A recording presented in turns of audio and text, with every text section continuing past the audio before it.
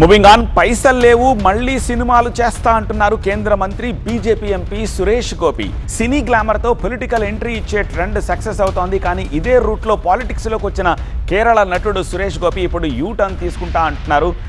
ఒక్కసారి కుర్చీ ఎక్కితే పదవి నుంచి దిగిపోవడానికి నాయకులు ఇష్టపడరు. కానీ యాంగ్రీ పోలీస్ పాత్రలతో పాపులర్ అయిన సురేష్ గోపి రాజకీయాల్లో కూడా అంతే స్పీడ్గా ఉన్నారు.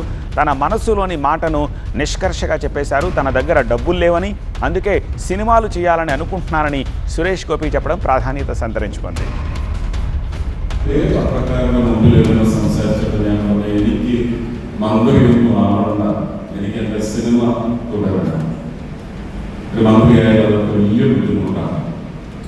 എനിക്ക് സിനിമ ഒരുപാട് സമ്പാദിക്കണം, എൻ്റെ കുഞ്ഞുങ്ങളെവിടെ എത്തിയിട്ടില്ല.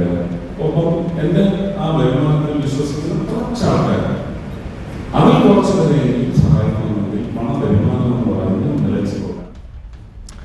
2019లో లోక్సభకు, 21లో అసెంబ్లీ ఎన్నికలకు బీజేపీ తరపున పోటీ చేసి ఓడిపోయారు సురేష్ గోపి. 24 లోక్సభ ఎన్నికల్లో త్రిశూర్ నుంచి బీజేపీ తరపున పోటీ చేసి 74,686 ఓట్ల మెజారిటీతో గెలిచారు. ప్రస్తుతం మోదీ కేబినెట్లో పర్యాటక శాఖ మంత్రిగా ఉన్నారు సురేష్ గోపి. కేంద్ర మంత్రిగా ఉన్న సురేష్ గోపి రాజకీయాలతో విసిగిపోయారా? కొత్త ఇన్నింగ్స్ బోరు కొట్టిందా? అందుకే మళ్లీ సినిమాల్లో నటించాలని డిసైడ్ అయ్యారా? సురేష్ గోపి నిర్ణయం ఇప్పుడు చర్చనీయాంశమైంది.